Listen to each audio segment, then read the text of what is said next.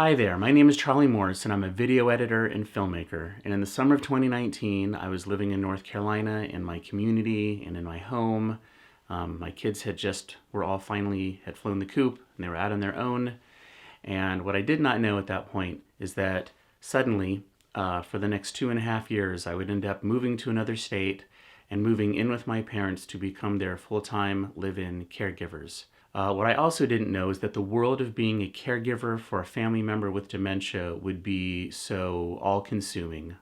I wasn't able to work on anything else for 2.5 years, lost my income, lost my health insurance, just about lost my mind.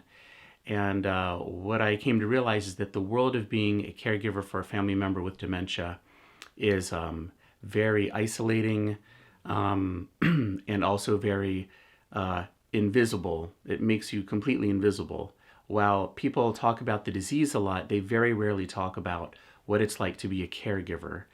And so after I sort of survived that ordeal, what I wanted to do was create a film series that would interview dementia caregivers, specifically caregivers who are caring for people who are family members who have dementia.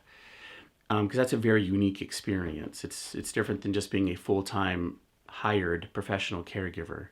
And so this video is the first of that series where I'm trying to help amplify the voice of caregivers. And also I want people who are caregivers all around the world to be able to watch a video like this and go, oh my gosh, I'm not alone. Someone else understands what it's like. So this first interview was with a woman named Jackie. Jackie and I started communicating many months ago about the possibility of doing an interview. I found her on Instagram because she runs a page there called FTD, A Love Story. FTD stands for frontotemporal dementia, and Jackie talks a lot about her experiences with her mom, who was diagnosed with FTD. So, as you're watching this video, please understand a couple things. Number one, it was done on an all-volunteer basis. On Jackie's part and on mine. I traveled to New York City on my own dime, used all my own equipment. Jackie gave up her time.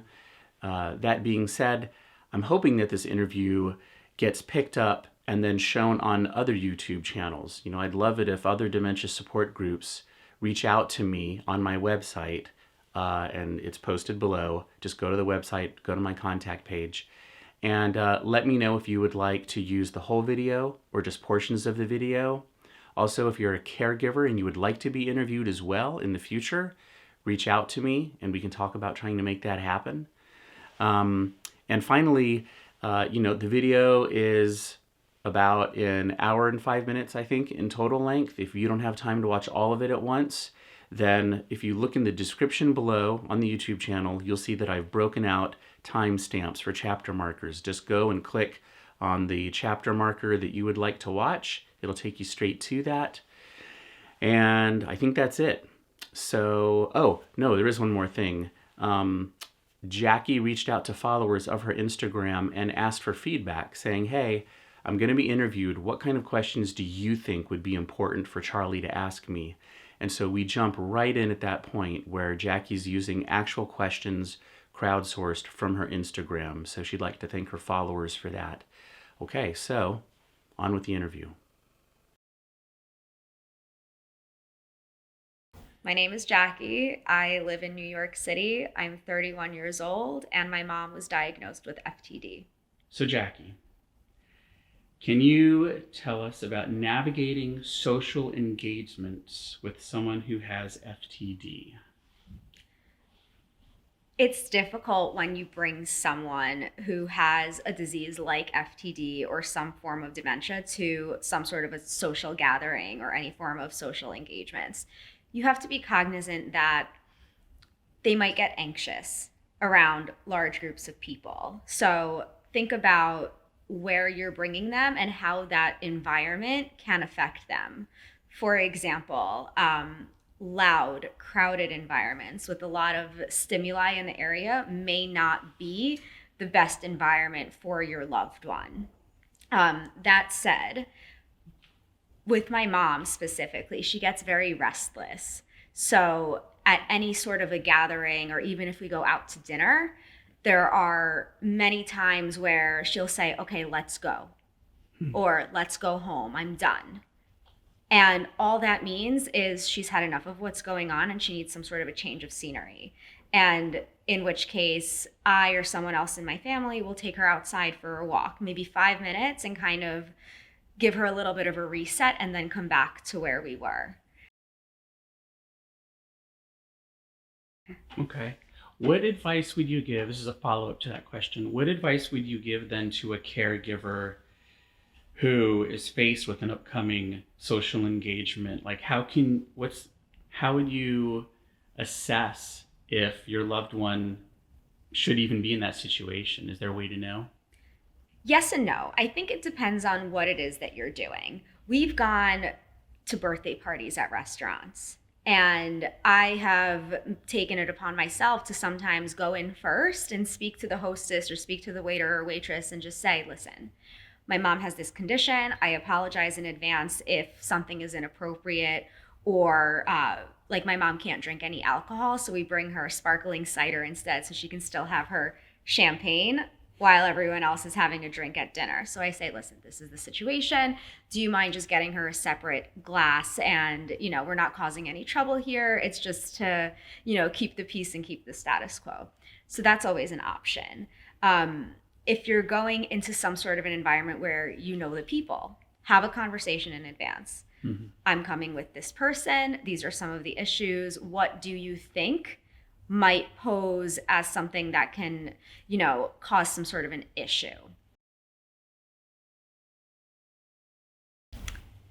With dementia specifically, there's often the topic of incontinence that comes up. It's not a nice topic to talk about, obviously, as you can imagine, but it's very important. Being prepared for that. That means having the adult diapers and maybe a spare set of clothes ready. Oh, like when you're in the mixed social setting, you have to be thinking about that. Sometimes, the brain doesn't fire the signal, hey, I have to go to the bathroom, until it's too late. So having everything that you need to do a quick, clean up, change, and then go back to what it is that you were doing. Okay. Is there a way to describe what it's like from a caregiver perspective to have to deal with that kind of situation? Like if there's a caregiver watching this video who's thinking, okay, my loved one has just been diagnosed with FTD, and they're wondering, no, but really, Jackie, what is it like? Is there a way to describe what it's like to have to take on that role? No, it's not something that life will ever prepare you for. And I cannot stress that enough. I wouldn't wish this upon my worst enemy. And that said, I just want to emphasize that I'm also not the primary caregiver. My father is, because he's with her every single day. I help whenever I'm available and whenever I can. Nothing in life can prepare you for this, especially at my age. I'm 31 years old. I still have hopefully a lot of life ahead of me. Right. And caring for your parents at this age, it's a little bit too soon. I would expect it if my parents were much older, and they're not. So while there are things in my life coming up that I would very much love to have my mom for, I don't. Right. And it's very hard to wrap your head around that. So no, nothing can prepare you for this. And actually, let me ask you a follow-up question to that. So you emphasize that you're not the primary caregiver, and you see this on dementia support groups a lot, sort of like a lot of people actually kind of post sort of guiltily like, hey, look, everyone, I want to make it clear I'm not the primary caregiver, as if that is, it is less stressful than being the primary, but still, like, in my experience, all the feelings are still the same. Yeah. It's still very difficult to be the family member of someone who's, I think that we need to take a minute to recognize our feelings about it, and that it's okay to have all of the feelings associated with a loved one being diagnosed with this terminal illness. It's okay to be angry, sad, hurt, frustrated, hating the world. Yeah.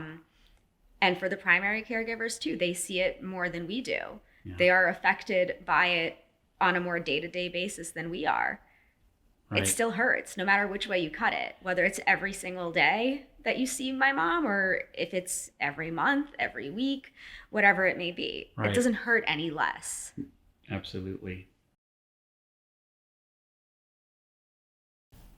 Well, let me actually go into a question here about genetic testing, because as you're talking, it occurs to me that so even if people, so if people are doing the primary caregiving or they're just related to someone with, the secondary caregivers, whatever level you're at, there's an extra thing with FTD that's different than taking care of someone like in my situation where my mom had, just sort of regular dementia, as if you want to call it that.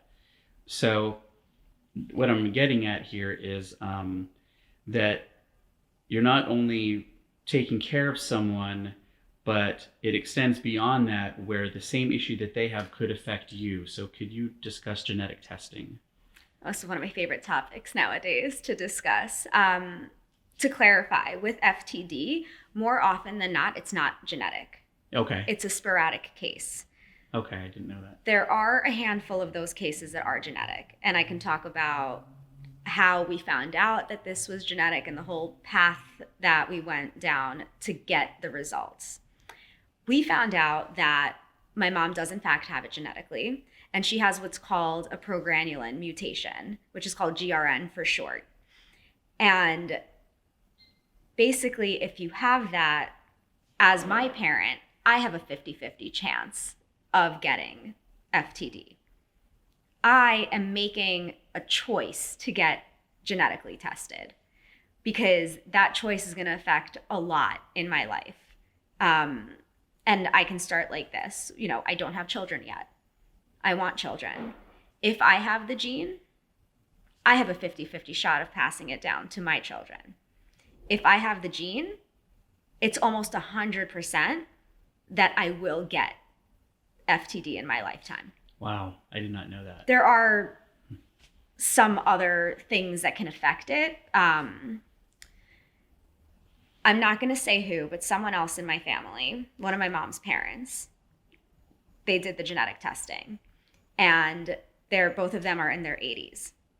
And one of my mom's parents came out positive for the same mutation that my mom has. Why is it that they made it to an older age without ever having a sign or a symptom? And the doctors speculate that it's because they have another gene called TMEM106B. And if you have that gene, it can suppress FTD. Ah, okay. That's just a theory. So let's say I have the GRN mutation. I then have to go get tested for the TMEM whatever, in which case it might suppress me getting FTD. If I want children and I have the FTD gene, I have to do in vitro. I don't have any other choice so that I can ensure that my future generations won't have this. Then there are conversations that I have to have with my partner. What's going to happen if I do get this disease? That if I hit the age of 60 and now you have to caregive for me full time because you see how it's like with my mom now, I could very well be in those shoes. Then on top of that, what they don't tell you is you have to get life insurance before getting genetically tested for this. If I test positive and I don't have life insurance, chances are no life insurance policy will ever cover me. Wow. And who's thinking about life insurance when you're 31? Right. Yeah. So I've been going down that process, getting the life insurance. The policy is almost finished. And once my policy is done and I'm signed off on it and I have all the paperwork, I then go and I do the genetic testing. That said, it's a very difficult decision to make, whether or not you want to go through with testing. Because on one hand, if I have FTD or if I don't, it'll give me a lot of peace of mind for what's to come. If I don't have it, great. I don't have to worry about it. I can just go on living my life. If I have it, then there are a lot of conversations that need to be had and a lot of planning for the future. And also testing for the TMEM gene to see if maybe it'll be suppressed. If someone chooses not to get tested because they just want to live their life as is, I respect that wholeheartedly. To never find out and just take it as it comes, because maybe they'll never get it, which I hope is the case. Or then maybe they do, but they can say that they just lived their life. Mm-hmm. Hmm. Yeah, I mean, when we first started talking about it, yeah, that was a real eye-opener for me because, you know, I'm taking care of my mom and she had, you know, what I would call like run-of-the-mill dementia. We never figured out exactly which kind, but, you know, I know that, you know, not to sound morbid, but once she passed away, okay, that means dementia's sort of out of my life now. But with FTD, it's like it's so much more complicated. I call it a plague. It's a plague that fell on my family out of nowhere. Mm. No one expected it. It's been a wild ride ever since. Mm. Sometimes I even have to pinch myself and tell myself that, like, yes, this is in fact real, because somewhere years ago time stopped, and I think mentally I'm still stuck there sometimes. And then I go and I FaceTime my mom and I'm like, yep, can't have a conversation with her. Here we are. What is it like to have a conversation with your mom right now? So we're like, what, a year and a half after she was diagnosed? So a year and a half ago, totally normal conversations. You could text, you could talk, everything's normal. Yeah. So this is only a year and a half later. What is it like now? What's a typical conversation like? I'm not going to say she's fully nonverbal, but she's mostly nonverbal. If she can get a word or sometimes she'll get out a sentence, that's great. I can't talk to her about anything really. It's the same conversation every day. Hi, how are you? Fine. What did you do today? Nothing. I know she did something, but she doesn't have the words to say what she did. You know, I'll ask her, did you go to your daycare center today? She'll say yes. What did you do there? Nothing. Sometimes she'll say that she was coloring. You know, wow. I want to have conversations with my mom. I want to tell her about life, and sometimes I do. Yeah. We'll go for a walk, and I'll tell her this is what's been going on. Oh, I'm working on this at work. I'm going on a trip here. Nothing registers. You know, she looks at me with a blank face. Sometimes I'll tell her a joke. She laughs. I show her pictures of animals. I'll FaceTime her. I'll put my boyfriend's cats in the FaceTime, and she gets all excited. The decline of FTD is so precipitous. It's just awful. It's ugly. Here's a question, one of the crowdsourced questions. Ways to keep those with FTD occupied safely. Oh boy. Okay. Talking about childproofing a home. Oh. Yeah. Okay.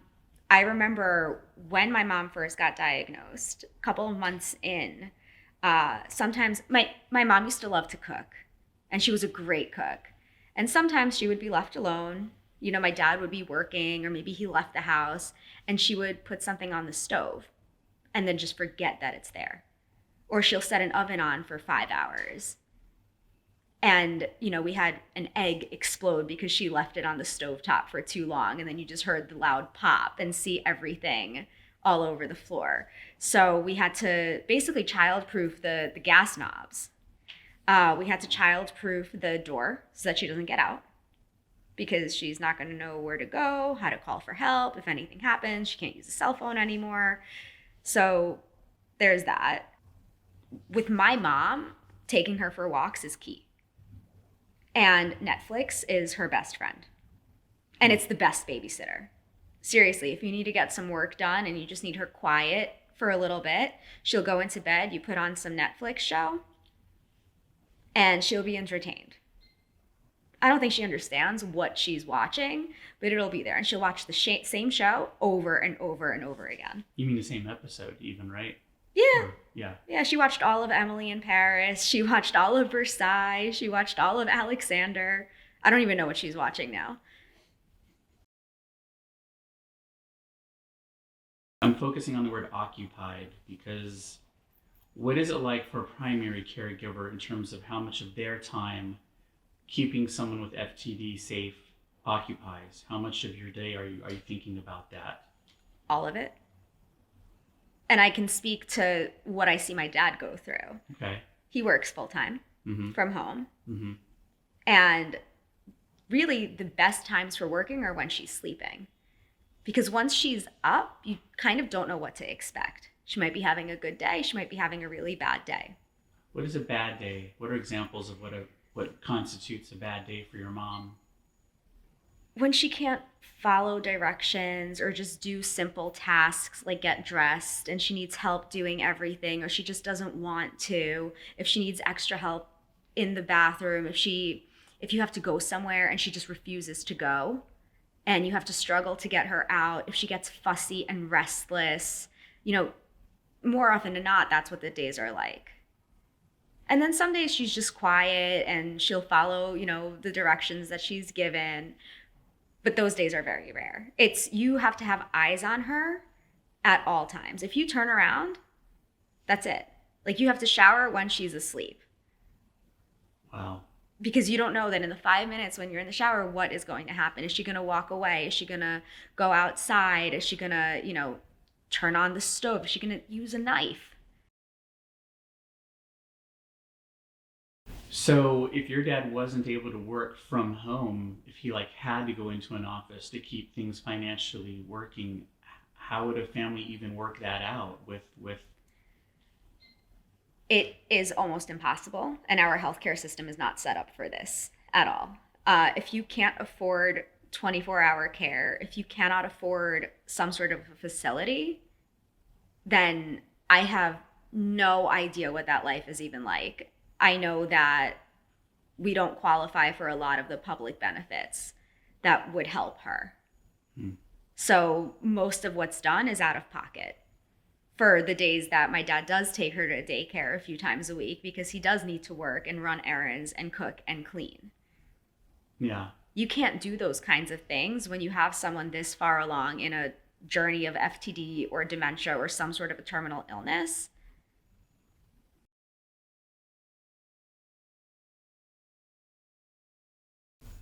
Do you know if it's common for people to decline as fast as your mom has with FTD? Is this just very typical for FTD?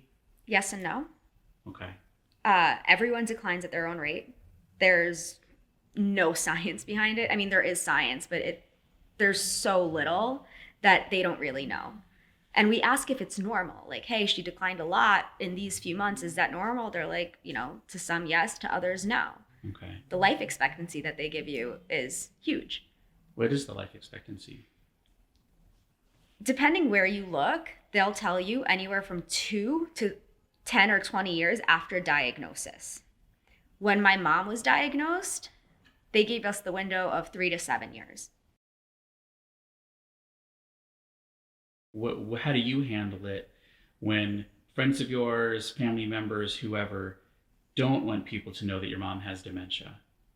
This is really common, unfortunately. There's a stigma. People get embarrassed. I try and normalize it as much as I possibly can by bringing awareness to this. I can't tell you how to handle it, honestly. I have family members who are in denial that my mom has this disease, and they're still looking for some sort of ulterior diagnosis. Tell me then, what does denial look like? How can people be prepared? Like, let's say someone's watching this, they've seen all the signs of something amiss, they go and get diagnosed, and then they tell their sibling about it. Oh, mom's got this. What's a common reaction that you hear? Mom's got this disease, right? Mm-hmm. The instant reaction is to go to Google and start typing in what this is. And then you start reading down the list of what this is, and it's not pretty. Mm-hmm. So you say, oh gosh, no, that can't be what my loved one has. There's no way. They're too young. We don't have this in our family. So they start looking for other diseases out there that might share some symptoms. I know I did it. Mm-hmm. I think it's not so much denial as it is not wanting to accept the reality and just pushing it away and saying, this is not happening in my family. And part of it is her age, right? I don't think we mentioned how young your mom is. She was 56 when she got diagnosed. She's now 58. Yeah, I mean, gosh, I didn't know people that young could get it either. That's, wow. Why do you think we were so shocked when we got a diagnosis like this? The last question of the crowdsourced questions is, this is an interesting one. I'm not sure what this question means, actually. It says, when does the quote-unquote bad FTD behavior end? The most raw answer I can give is when the person dies. And what do they mean? What does this questioner mean when they say the bad FTD behavior? I'm speaking for what I've experienced with FTD. People behave differently, and there's different forms of FTD. There's a behavioral variant, there's a language variant. My mom has the behavioral variant, so obviously her behavior is affected. Bad behavior, saying really inappropriate things, using inappropriate language, inappropriate gestures, taking clothes off when you're not supposed to be taking clothes off, shoplifting. We had a slight issue with that, attempting to shoplift. Is that because she just became unaware that it's not okay to just, kind of like a kid? Yeah. Okay. I want it, so I'm going to take it. This is very early on after diagnosis. Okay. She would go to a store. We had to take her credit card because she couldn't use it anymore. She didn't know what she was doing, charging, all the money on it. Yeah. We had to take it away. So she would still go to the store because she would go out for a walk by herself. And we knew she didn't have any money, and she would try and take like hummus from a supermarket or something, thinking that it's okay, but she doesn't know. So it's not like she was thinking, I'm going to sneak this out of the store. No. It was just, hummus. I love hummus. And then. Right. Okay. You don't process or understand what's acceptable behavior anymore. Mm-hmm. You don't go up to a neighbor and tell them that you want to steal their dog because the dog is really cute. You just don't do that. Right.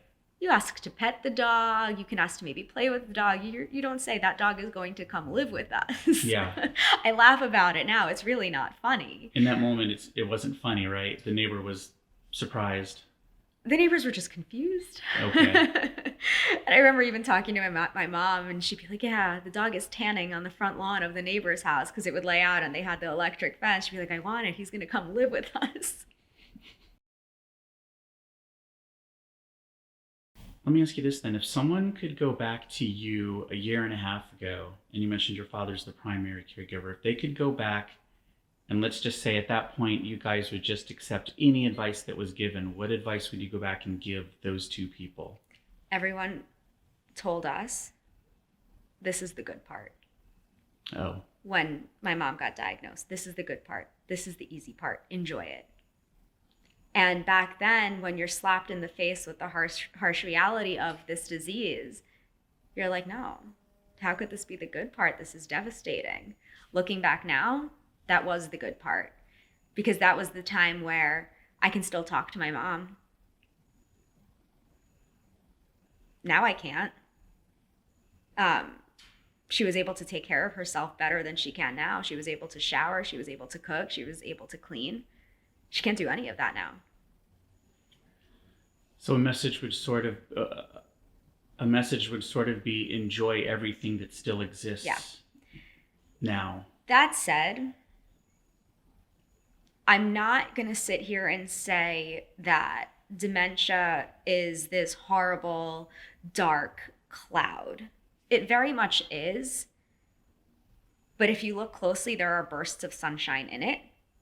And I try and focus on those. I'm the first to always say my entire life have had the worst relationship with my mom. Before the dementia? Before FTD. Okay. We fought all the time. Nasty fights.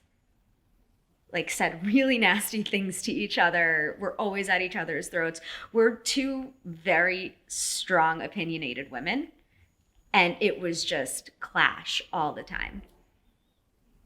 I never in my life knew what it would look like to have a good relationship with my mom.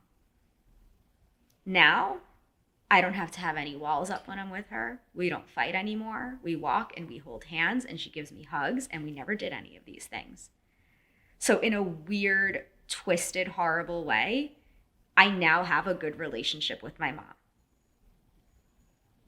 And for what it's worth, that's what I want to treasure, because somehow God gave me that gift in my lifetime that I never thought I would get. That said, what I would do to fight with my mom again, you don't even know. I would kill to pick up my phone and see a long, really nasty like text message rant, calling me a bitch, calling me this and that, because it would mean things are normal. Yeah. But I don't have that. Right. One time in the fall, my mom, she was a little more verbal then. This is, I don't know, 6-7 months ago. She decided she wanted to go to a restaurant after we had dinner. So she went upstairs, she put on some clothes, and she needed the back zipper zipped up.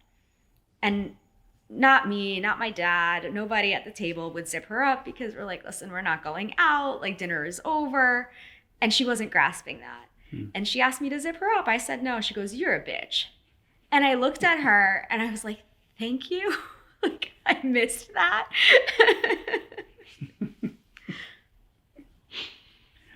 That's funny. But this is what I mean. Like, it's not all darkness all the time.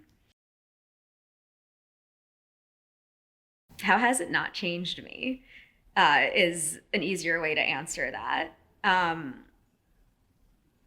have a very different appreciation for life now. And just to enjoy every single moment. You know, prior to my mom getting sick, I was living my best life. I had my friends, I was doing my thing. I was fighting with her all the time. I think in many ways I've learned how to be a little more patient. I am not a patient person. I think I've learned how to exercise that quality that is buried somewhere deep in me. I think it changed a lot in how I see my future, because I never saw this happening. I saw myself getting married, having children, my mom being the grandma figure in their life. I'm not gonna have that, you know, and it just changes a lot about how I live my life, what I value in my life. It makes you grow up. I've had a lot of things in my life that made me grow up. This is by far the biggest one. I feel like I'm 31 going on 81 sometimes, because I don't even want to go out anymore. I used to go out to dinners, see my friends. I used to travel all the time. And I worked full time. Now it's like I work full time. I do the dementia stuff on the side. And all I want to do is sleep and sit on the couch with some takeout. That's it. Because I just need calm and peace when nothing else in my life is calm and peaceful. How has my family dynamic changed? I can sit here and say that the FTD has shattered my family. We had a really good family. Every family has their issues. Mm-hmm. Every single one does. I already verbalized that I've had a horrible relationship with my mom, but that was just the core of my family. We fight all the time about how to take care of her properly. Everyone has a different opinion. And I come from a very loud family, so everyone makes that opinion known. And if someone is not behaving in accordance to how someone else thinks they should behave, there's a lot of tension. Why do you think that is? What is the experience of, talk about yourself. So when you have an idea of how to take care of your mom, and then someone else in your family disagrees, what does that do to you internally What reactions that normally bring forth, and why do you think that is? Sometimes I just want to bash my head against a wall because like I'm convinced I know what's right and I know what's best. Someone else may feel differently and I'm like, but you're not listening to me. And I've done a lot of research and I'm basing this on all of my research. I'm not just pulling things out of a hat saying, hey, try this. I get very frustrated and I make that known. I'm very vocal about it. Sometimes I have to take a back seat because, again, I'm not the primary caregiver. It's my dad. He's going to make the decisions at the end of the day. I can only give my input. And if I feel like he's making a wrong decision, I say, okay, learn the hard way. Mm-hmm. And sometimes he does. And sometimes I'm wrong. And we just flow through it.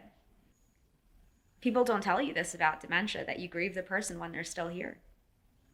Because you lost who it is that they once were. My mom is gone as I knew her. So you're taking care of the person that's gone, and that's crazy making. She's there. You know, it looks like my mom. It sounds like my mom. The personality is not my mom. So it's wild, and you have to wrap your head around that. On top of that, I am grieving the loss of her now, and I'm grieving the loss of her not being there when I'm going to need her one day, when I'm a new mother, you know, God willing, and when I'm raising a family. And sometimes, you know, you need your mom and you just don't have her there. And that messes with you. And then my parents, when you think of soulmates, they were soulmates, completely madly in love with each other. And what hurts me the most is watching my dad lose his best friend, his life partner, and watching her lose herself at the same time. It was 2 losses. Yeah. Like, I know I'll come out of this. I know I have a life ahead of me and I know I'll be okay. Mm-hmm. But I have to watch that. And there's nothing you can do about it. And it's beyond devastating and heartbreaking. I remember my parents sold a house recently, the house that was my childhood home, and all hands on deck packing it up. My mom was becoming more nonverbal at that time, and my dad found a card she wrote for him for his birthday, and he asked my mom to read it, and she read it, and there were sentences in there, full sentences. She was able to read it, but for her to actually form a sentence, she can't do, but she can read it. And in those 3-4 sentences that she wrote, I heard my mom's voice for like an extended period of time. And in those 30 seconds, I had my mom back. Wow. Like, I can sit there, I'll give her an encyclopedia to read just so that I can hear that. Wow. You mean even today she can still read? I don't know, actually. Oh, okay. I actually don't know. She probably can. Sometimes if we go for a walk or if we're in the car, she'll point to a sign and she'll read it. But this was like multiple sentences that she wrote. Yeah. And when she read it, she's talking. We don't hear her speak that much anymore. Right. If we do, it's a sentence here or there. It was funny. Wow. My boyfriend and I went to visit my parents in Miami because that's where they are right now. And I took my mom for a walk on the beach. And honestly, I think my boyfriend is the last person she was able to retain because she knows his name and she knows who he is. And that means everything to me. And we were walking on the beach together, just us. And I'm telling her about life. Sometimes I ask her, do you like him? Just to make sure she does. Because she was very picky about who I brought home. And out of nowhere, she goes, "Is he a cheapskate?" I almost lost it because my mom was like the most glamorous woman, fashionista, all things designer. So she, in her dementia state, needed to make sure that my boyfriend is not cheap. And I was like, "No, Mom, he is not a cheapskate." It was amazing. I got a sentence out of her, and it was one that I just didn't see coming. And that was like a glimpse of what her personality was like. Again, it's another one of those sunshine moments there. Well, is there anything else that you would like to add?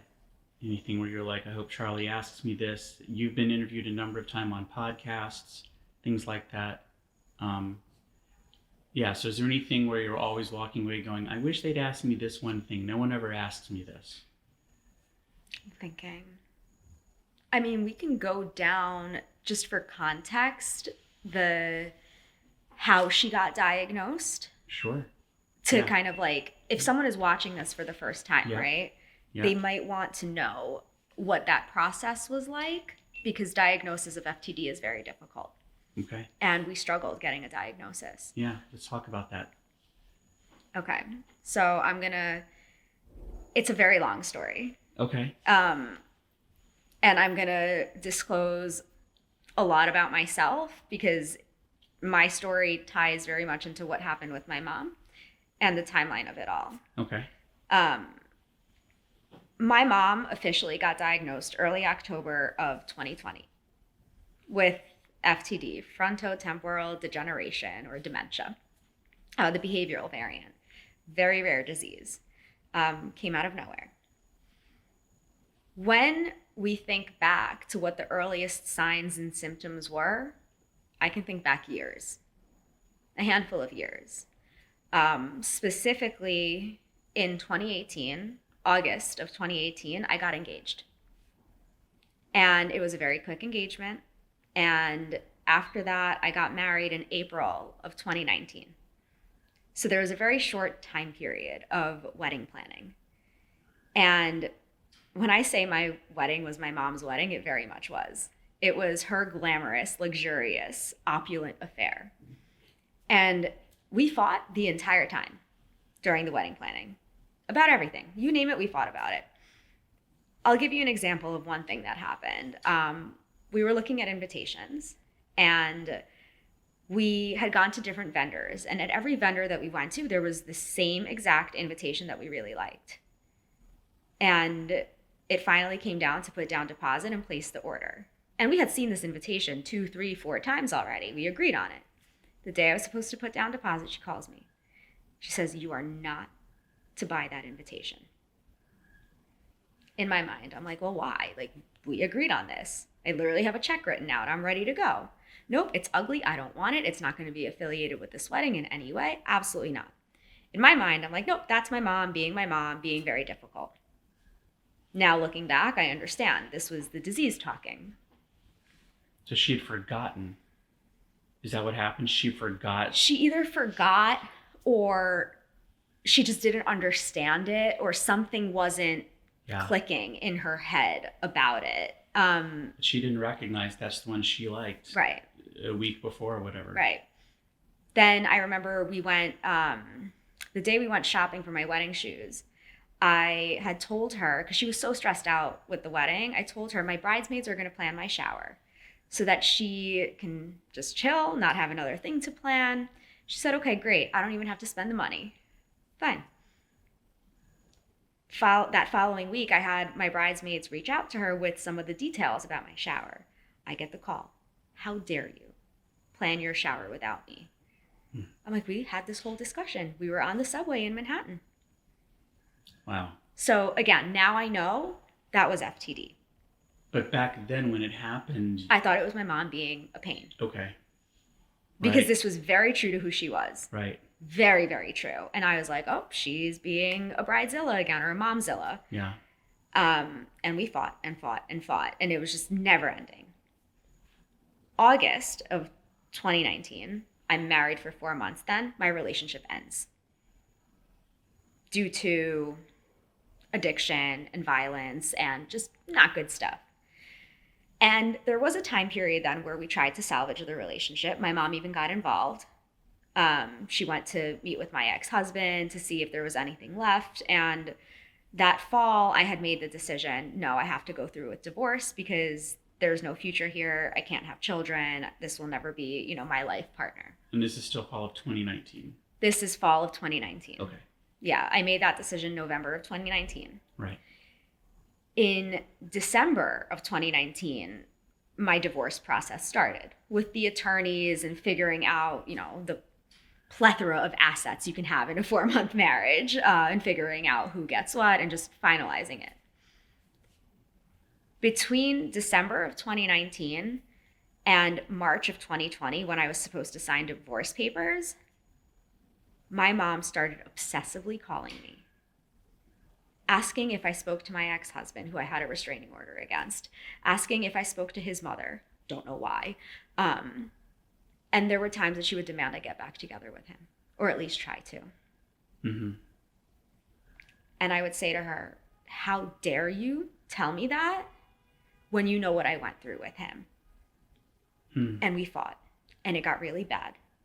That by February of 2020, I ended up cutting ties with my parents. I needed to move on. I needed to heal. I needed to get my life back together.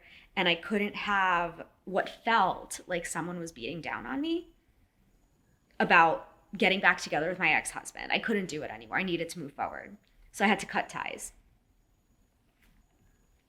Then I was supposed to sign divorce papers on March 18th, 2020. That got canceled because this lovely thing called COVID happened. And everything got locked down. And it was like the second COVID hit, my mom spiraled. She was a creature of habit. She would wake up. She took the same train into Manhattan every single day for work. She worked in the garment district, which is actually where we're sitting right now. She worked here. And, she had the same thing for breakfast, lunch, and dinner. She would come home from work. She would go to the gym. She would watch her shows. And it was rinse and repeat every single day. And something happened that kind of, took the rug right out from under her. And my dad, who also worked full-time in Manhattan, was now spending all the time with my mom in the same household. And he started noticing that she was getting weird. Because he was just around her more to observe, right? Yeah. Because, they would both go to work. They would work like a 9 to 5, come home. By the time they come home, 6:30. What are you spending 4 hours together before going to sleep and then doing the same thing the next day? Now, I wasn't talking to my parents at this time. I was in my own apartment. I got really close with my grandmother, my dad's mom. So I would have conversations with her daily, and then she'd call and report to my parents that, I'm okay. Then what started happening is she started reporting to me that something is up with my mom. Me being me, I'm like, I told you something is wrong with her. We didn't know what. And my mom, because she would work out every day, started going to the high school track to, power walk laps around it for exercise. Because it was COVID and she couldn't. Right, go to there the was no gym. gyms. Okay. That when she was out for, the hour, she would ask my dad to monitor her emails from work. And he saw that some things she was sending weren't making sense. Like her boss would email her something, she'd reply, and something wasn't aligning. So he noticed something was off. Then, at some point, she lost her job. I think her office briefly opened up over COVID. She went in, she lost her job. It's still unclear how that happened. Now it's May of 2020, deep into COVID. I lost my job because of COVID. I got laid off. I called my grandma. I told her. Sure enough, she called my parents and told them. And that day, it was Cinco de Mayo. It was May 5th of 2020. I went for a really long walk to, get my head straight and thoughts together because I was devastated. I come home to my apartment and my parents are standing outside. I hadn't seen my mom since January. I haven't spoken to either of them since February. My dad texted me a couple of times over beginning of quarantine to see if I was fine. I let them in, stay 6 feet away from me. The look that my mom had on her face, it wasn't her. They were asking me if I'm okay, what my game plan is. My mom was there. I had cardio equipment. She hopped on it. She was doing cardio. And my dad is trying to talk to me about this job situation. And then she started picking up my weights and lifting them. And then she started asking me questions like, how long have you worked at your job? How long have you lived in this apartment? Wow. And I remember they left and I texted my dad. I go, she needs a doctor. things got a little bit worse. And by August of 2020, we had a bunch of doctor's appointments lined up for her. All the neurological testing, spinal taps, the CAT scans, MRIs, you name it. Let me ask you something there. Did the doctors right away just take your word for it that something was going on? Did you have to do any convincing? I had to convince my dad to make the appointments. Okay. But with the doctors, were they like, oh, we think she's just fine? Or did they know right away something was up? Originally, they thought it was a bad case of depression. Okay, right. Yeah, because also... It happens a lot. Yeah, my mom took my divorce very hard. Okay. In my mind, I thought it was because she put on this opulent affair and then she was embarrassed to say that it ended so soon. Okay. And we thought that she just got really depressed. Right. And had maybe other mental health issues. She was always like an anxious person. So they tested her for all these things. They're like, okay, you know, her serotonin levels are a little bit low. We'll give her some Zoloft. Maybe it'll be better.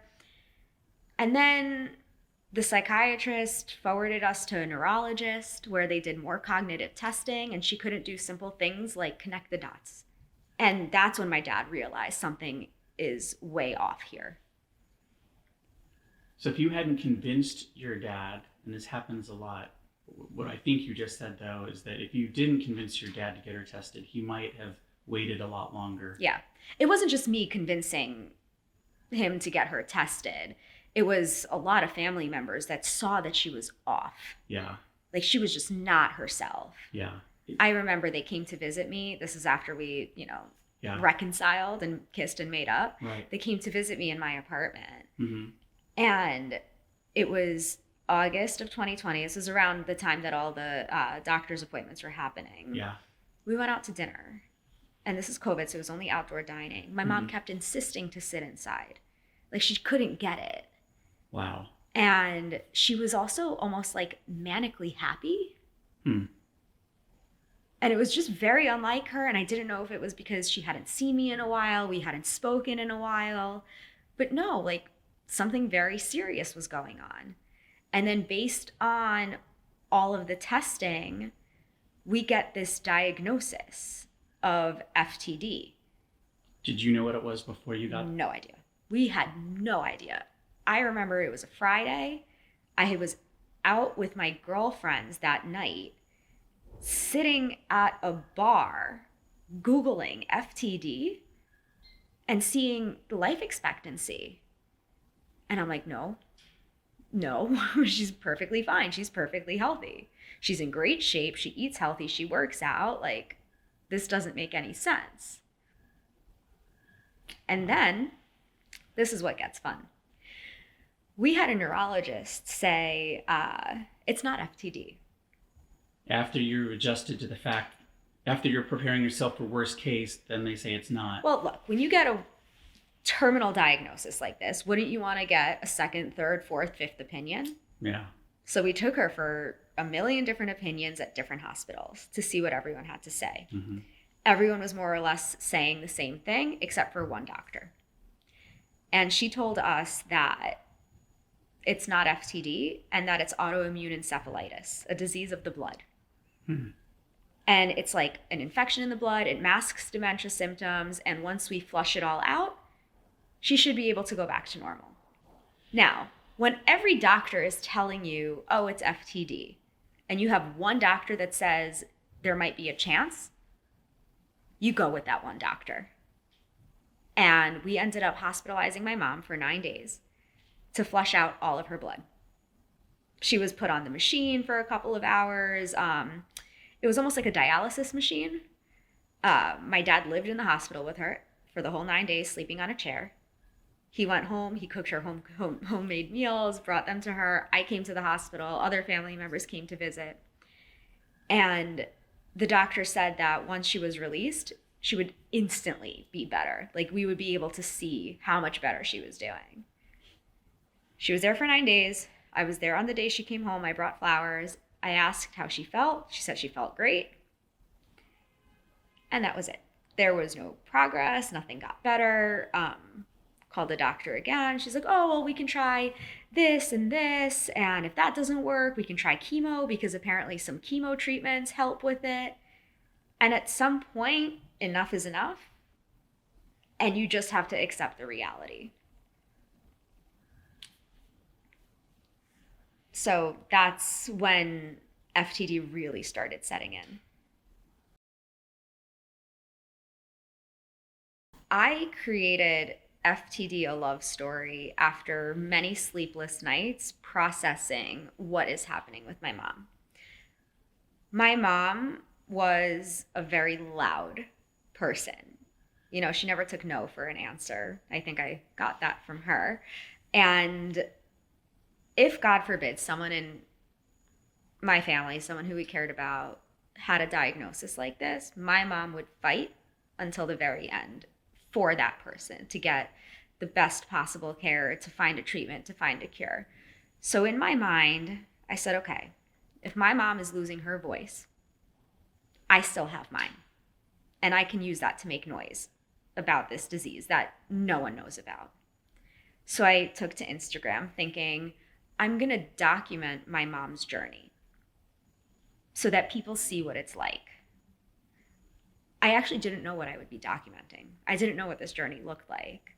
I was like, I'm going to take all of the photos, all of the videos, and what's the worst thing that can happen is that one day she's not here and I at least have those photos and those videos to look back on. What ended up happening wasn't what I planned. What happened was I actually found a lot of healing for my grieving and for everything it was that I was going through, because I found a community and I found resources and I found the support that I really needed at that time to be able to connect with other caregivers, to be able to connect with other millennials who are going through something similar. It made me feel like I wasn't alone. And I took part in so many opportunities that were presented to me to make noise about this disease that I actually feel like I'm able to give back because I've gotten so much from it. Like, yes, I document my mom, but now I'm advocating for genetic testing and how to navigate doctors. And I've made friends with people from all over the country, including you. I wouldn't have met you otherwise. Mm-hmm. You know, there are people who have my cell phone number that I give my number to saying, if you are having a tough day, text me.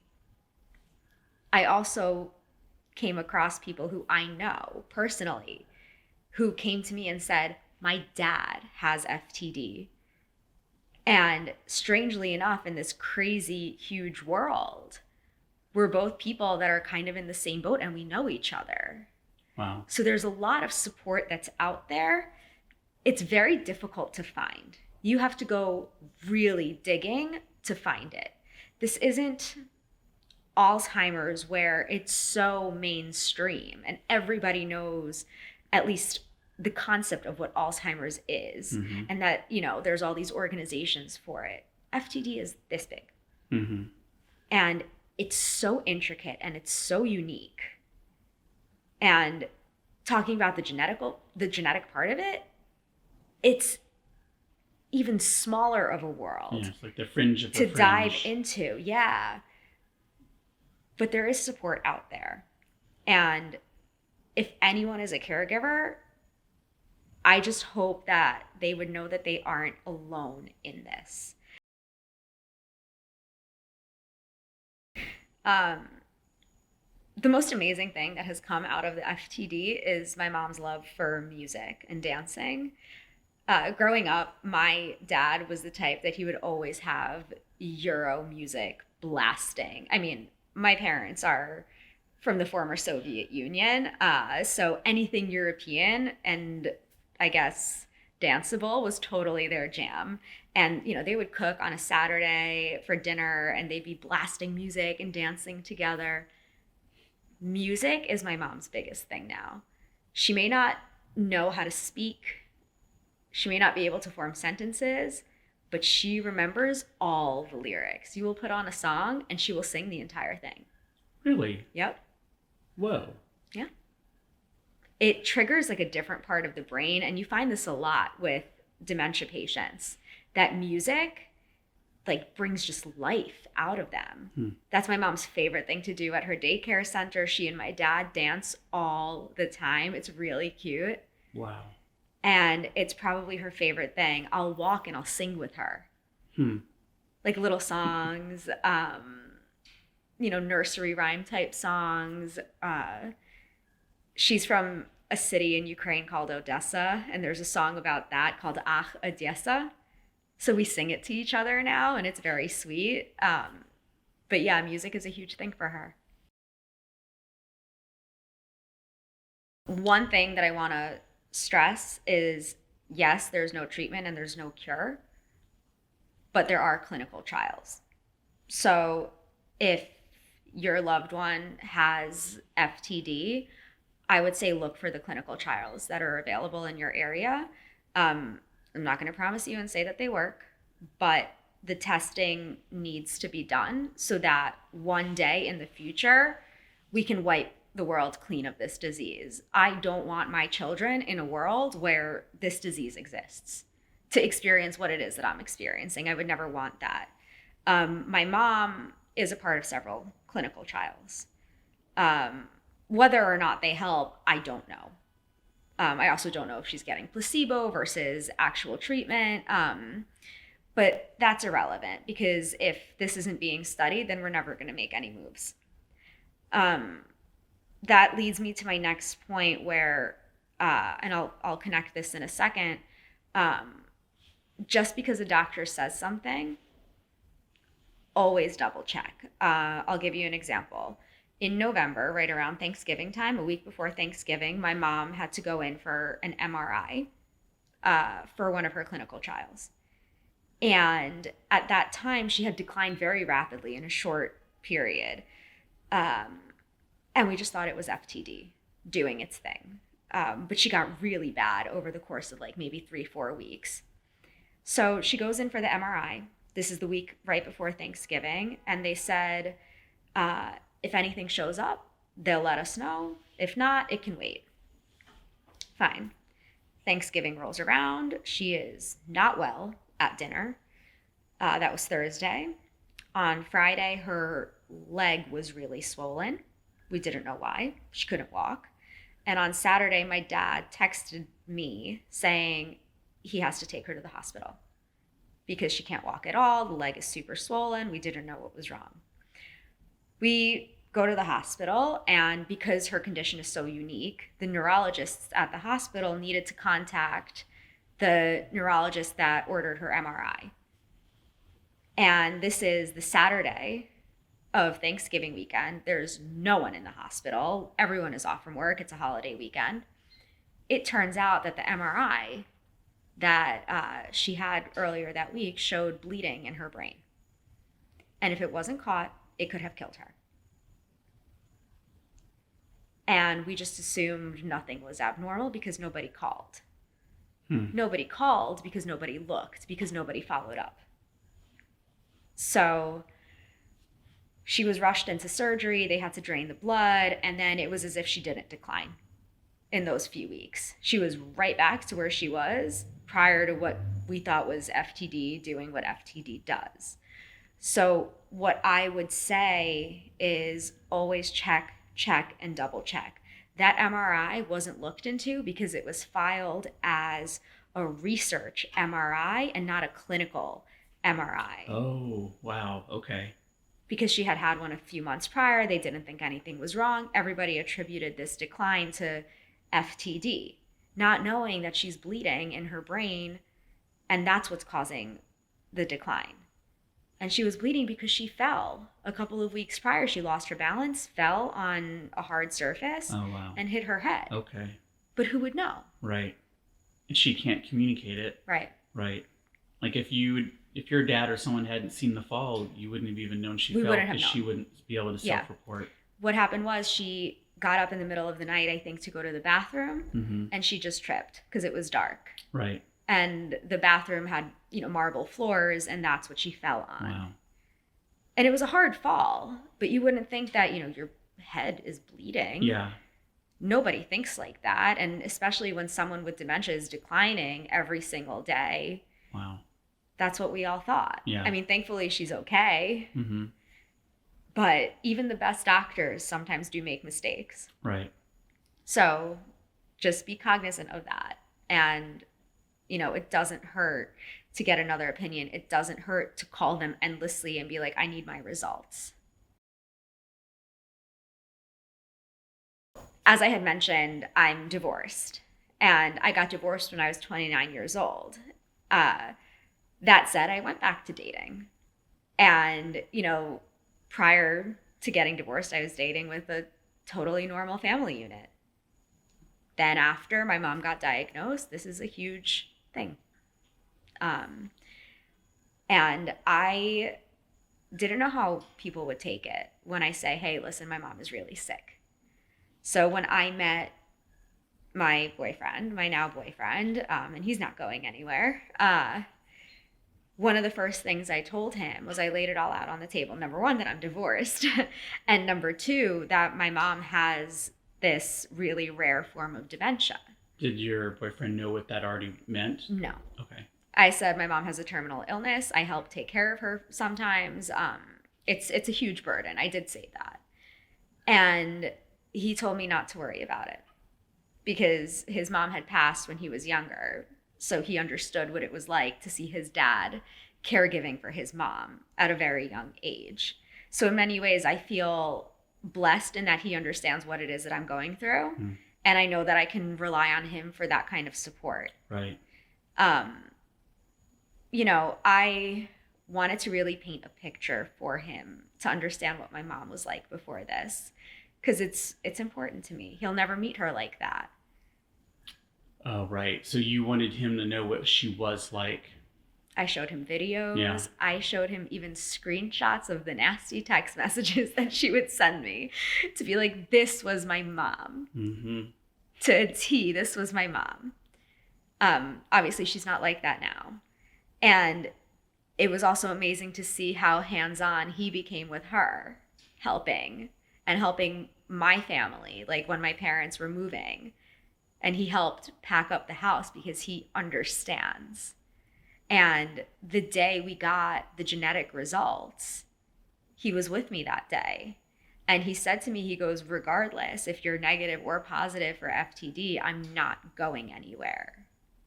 That's when you know you have a keeper. Mm-hmm. Yeah, I was just thinking that. Yeah.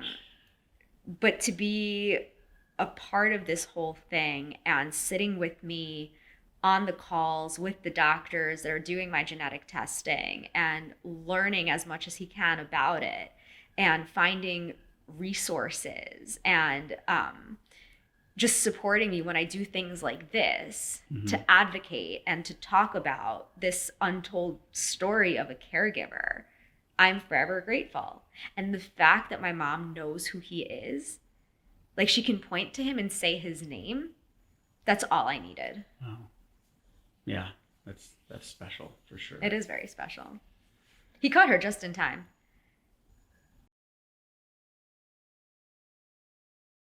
What advice would you give to caregivers to continue being able to do what they're doing? Yeah. I would say you're stronger than you think, because every day is a challenge. Every single day as a caregiver is a challenge. And it's okay to not be okay. It's okay to feel sad. It's okay to be angry. It's okay to resent. But at the end of the day, you are doing your best. And there is no one else on this planet that is going to care for your loved one as much as you're able to care for your loved one. The best care comes from the heart. You can pay anyone all the dollars in the world, but the best care comes from right here. So even on those difficult days, even on the bad days, even on the days where you're like, I can't do it anymore, the sun always rises in the morning. Next day will be different. And just keep pushing through. It's not easy. None of it is. Some days I don't want to wake up, but I do. And you just keep pushing through. And if your loved one could say anything to you, it would just be the biggest thank you. And I think that you know that.